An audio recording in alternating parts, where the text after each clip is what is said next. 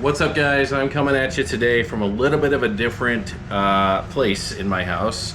I'm coming at you from kind of the foot of my stairwell, or aka my laundry room, and that's why.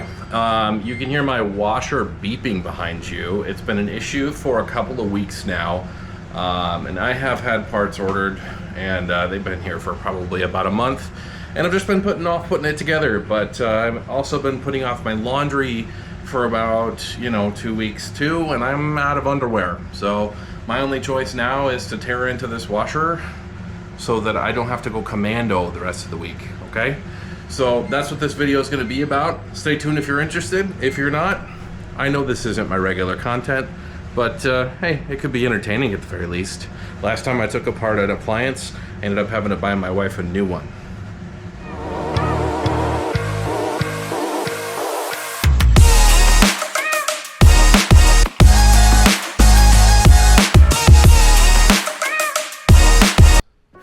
Well, hello everyone. So we are going to voice this over because this gets really long.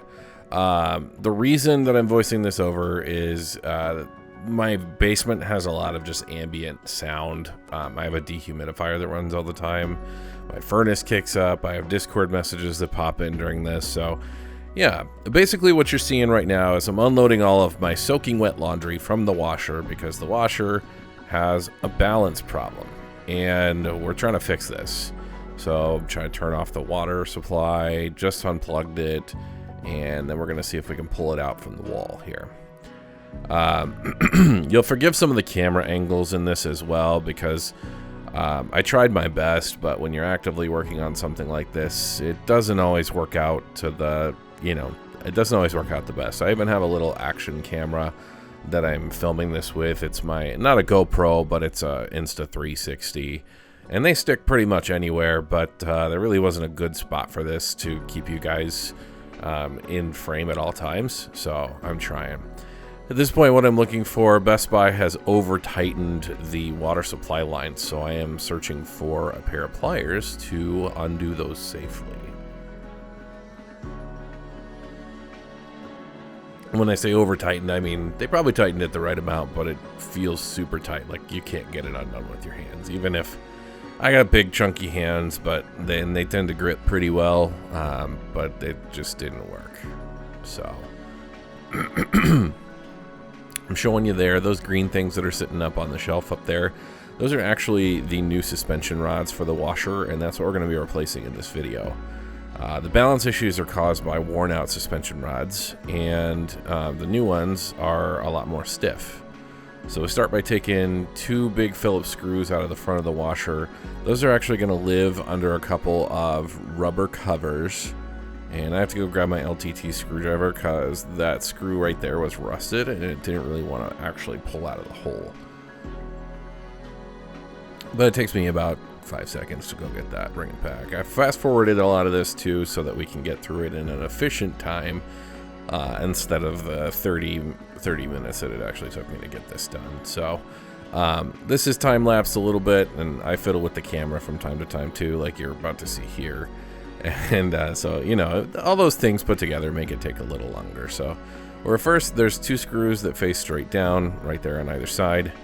And then it takes me a little bit to realize this, but there is more to it. There are 3 screws that hold the back of that control panel there in. And so basically what I'm doing there is pulling those 3 screws out. And then I'll pop that control panel, or the back panel off of the control panel. And I'm lifting this up because for some reason I think that that's going to have an impact. It really doesn't. It's just, don't be afraid to use a little elbow grease with this part. It is a little stuck. Especially if you've never taken it apart before, it gets a little stuck. And it makes a horrible sound that makes you feel like you've broken it when it pulls off. It goes like that.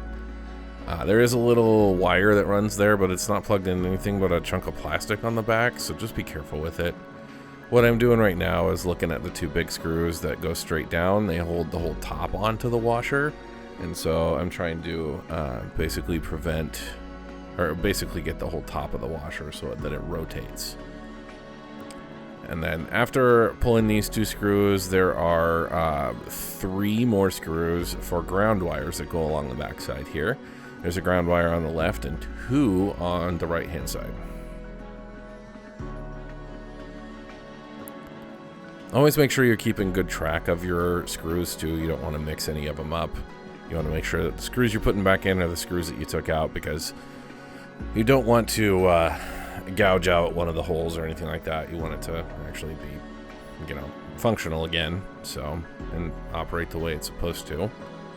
Alright, so I got those 3 screws out. Now what you're seeing here is there's a big thick green wire, and that big thick green wire goes from the top all the way down to the bottom, but you can't really lift and turn this without pulling the green wire off of. It's got a clip on it that clips it to that how do I say this? It clips it to the metal frame up there at the top. And so what I'm doing right now is removing that back cover so I can get my hand in there and actually pull up on that clip and disengage it.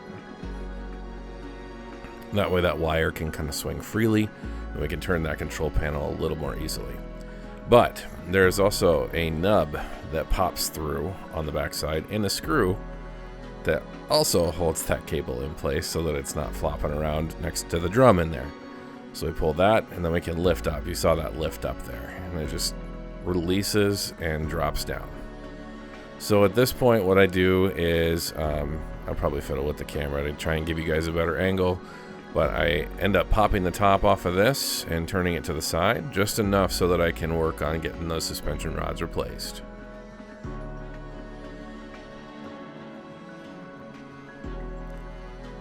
I'm just now realizing after watching this that my shirt is filthy from working on this, and I'm showing you the suspension rod and how stiff it is. One thing I did not expect, and just be prepared for it because it washes off, but it feels like it's not going to, is there's a lot of really sticky grease on the original rods, and so when you pull them out, everything will stick to your hands. Everything.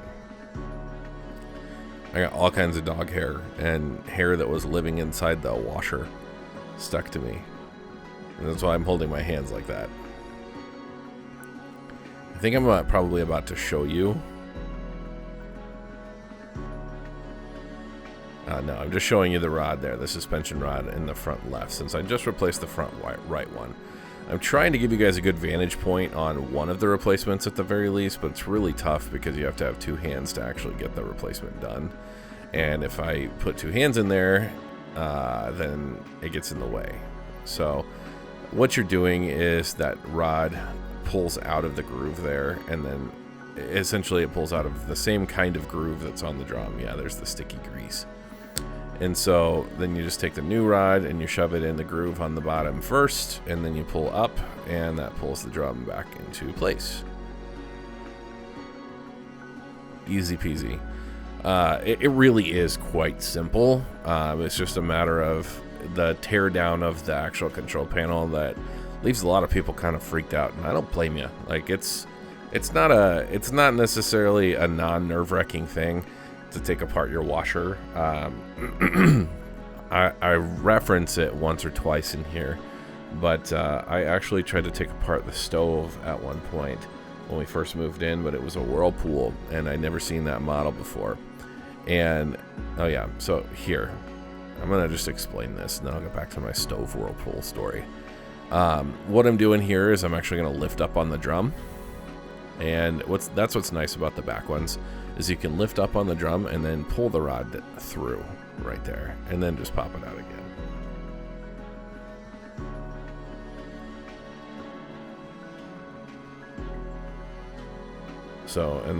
So yeah, basically back to the Whirlpool story. I wound up in a situation where I tried to take off the stove door. I looked at all the manuals and they just said pull, and I pulled and I pulled and I pulled, and the stupid stove door didn't come off.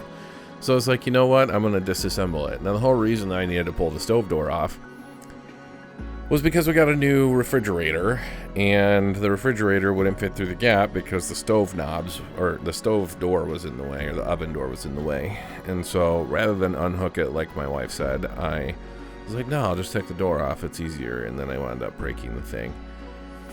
So here we're doing the last rod. This one is a little more complicated.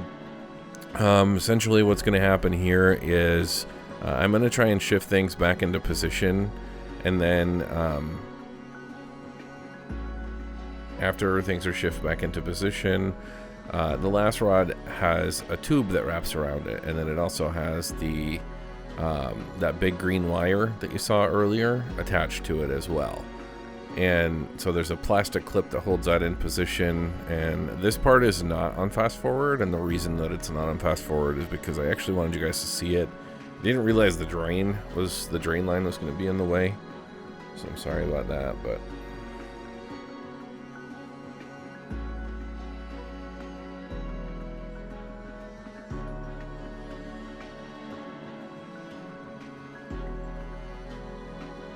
let's see. Lift the thing, come on. And this is probably the one you're going to be able to see the best. Yeah, so when you lift it, then the rod drops down just like that. And then, again, I'm really sorry about the drain line. It's just one of those annoyances. Probably could have done something different with it, but yeah, there is a tube that's wrapped around it. And so you just have to be careful with unwrapping the tube. I think it's a water supply tube or something like that. It's really nothing huge, but you pull it out, and then you just basically take the next rod, which I am literally kneeling over top of, and you wrap the tube back around it, put it back in position.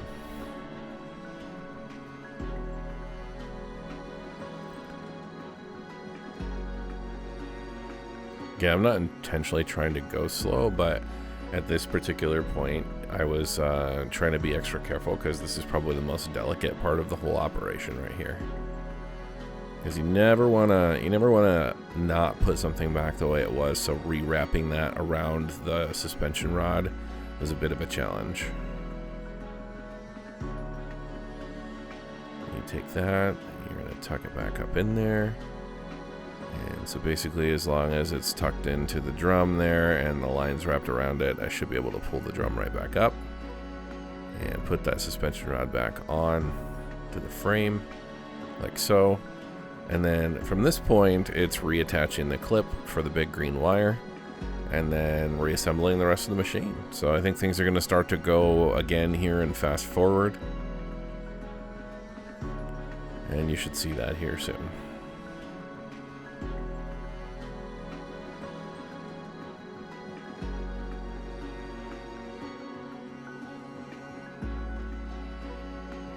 I think it takes me a minute. I think what I do is adjust the top of the washer back to position. Yeah, just like that. And then we start the fast forwarding process. So what I'm doing is trying to put that wire back on there. But I didn't get it re-engaged at the top, so I ended up having to pull that screw back out, re-engage that wire onto the clip at the top, and then put the screw back in. Not a huge deal. It took me like 5 seconds, as you saw. And then, what am I doing here? Oh yeah, putting the ground screws back in. Yep. Ground screw on the left, ground screws on the right.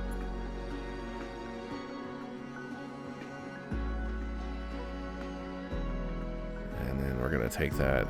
It seems kind of strange. I think I got ahead of myself here, and I tried to put the back panel cover back on first. And I realize it after I get the screws back in, of course, as one does, that I forgot to put the screws in that go straight down. And so the back isn't really held on very well. And I scooched something and the whole back moved, and I was like, wait, it shouldn't move like that. Why is it moving that way? And then I realized, okay, I gotta take these back out. Yeah, so I can put those straight down screws back in to attach the top to the frame of the actual washer. Grab the 2 big thick screws. Screw those down nice and tight. And then put the back cover back on. And you put the 3 screws back in the back of the panel.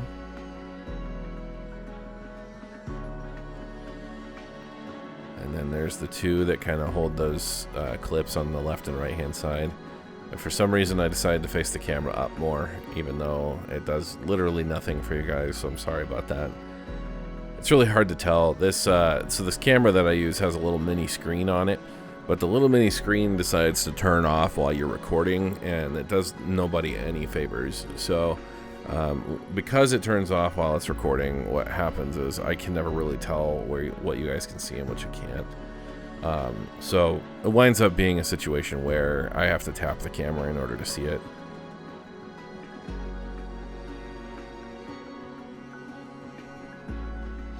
All right, now we'll put those front 2 screws back in.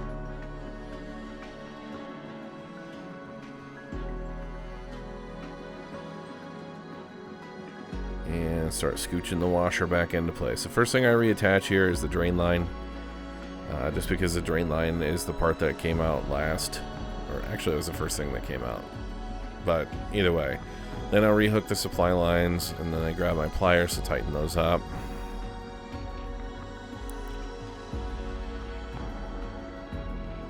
And we plug it back in.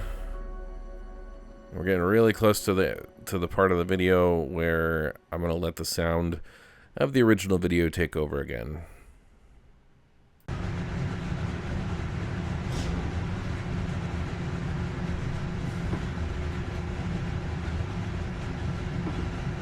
No leaks that I can feel back there, so we're good on that. Does it power on? Well, yes it does. All right, next step. Throw my clothes in and see if it actually does the spin cycle appropriately. Because, oh my God!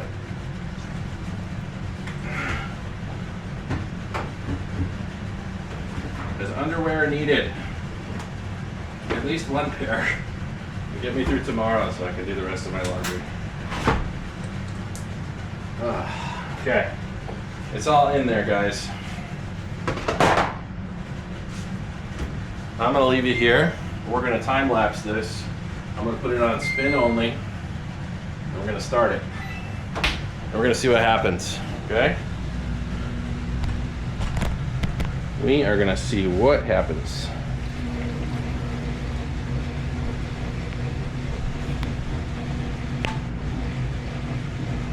And hopefully what happens is I get wonderfully dry clothes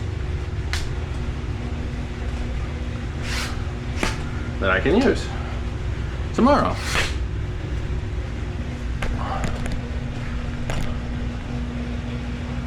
All right.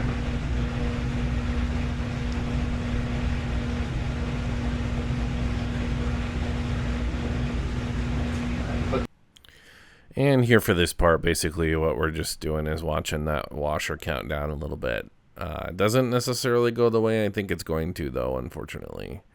Takes a little longer than you'd expect.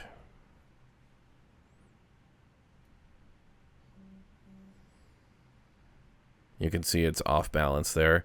It's because I just tossed the clothes back in right afterwards. And I'll explain that here in just a second.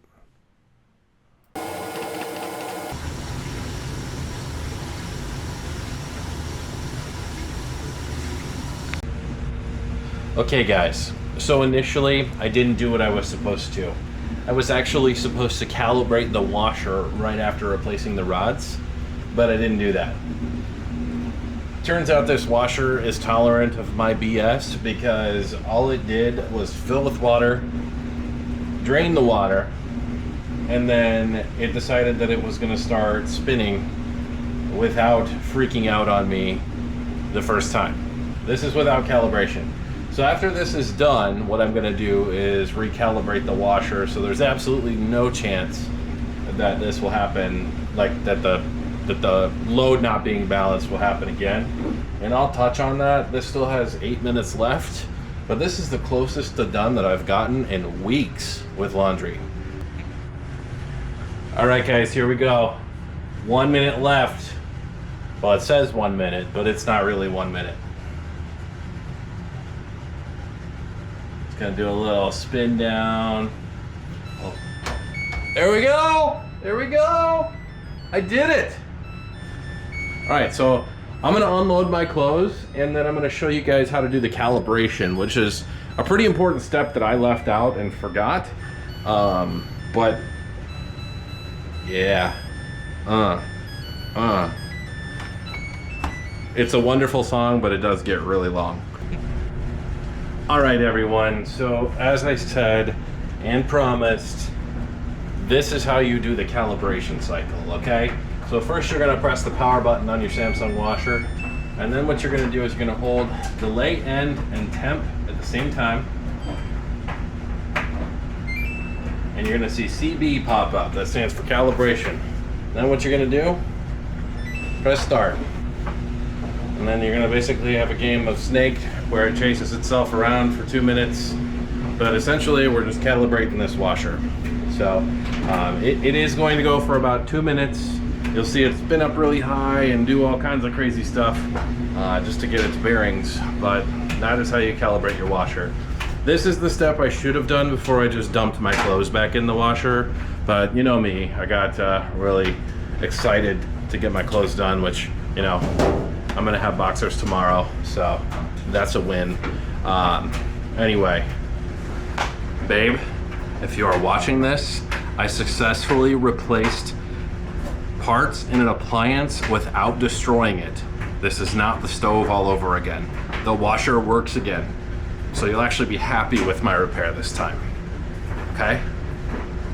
Thank you all for watching. Please like and subscribe if you enjoyed this content. I know it's a little different than what I normally do, but you know, it's all tech in the end, right? It's got a control panel. It washes your clothes. So if it wasn't tech, it wouldn't be on this channel.